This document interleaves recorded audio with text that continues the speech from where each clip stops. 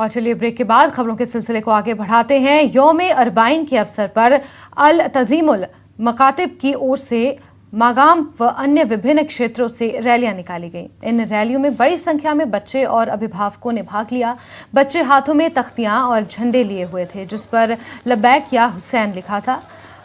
मालमुआ में बोलते हुए उलेमाओं ने करबला के शहीदों के मिशन को आगे बढ़ाने का पैगाम दिया।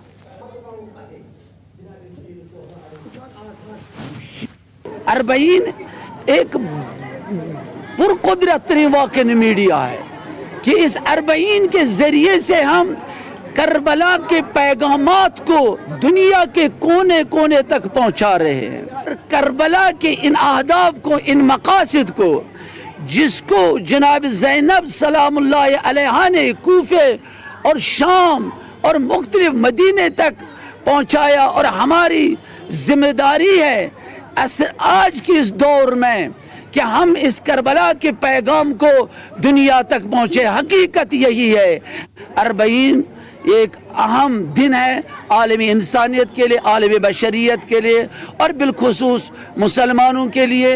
अरबईन को इस जो पुरजोश तरीके से, बेहतरीन तरीके से इंशाल्लाह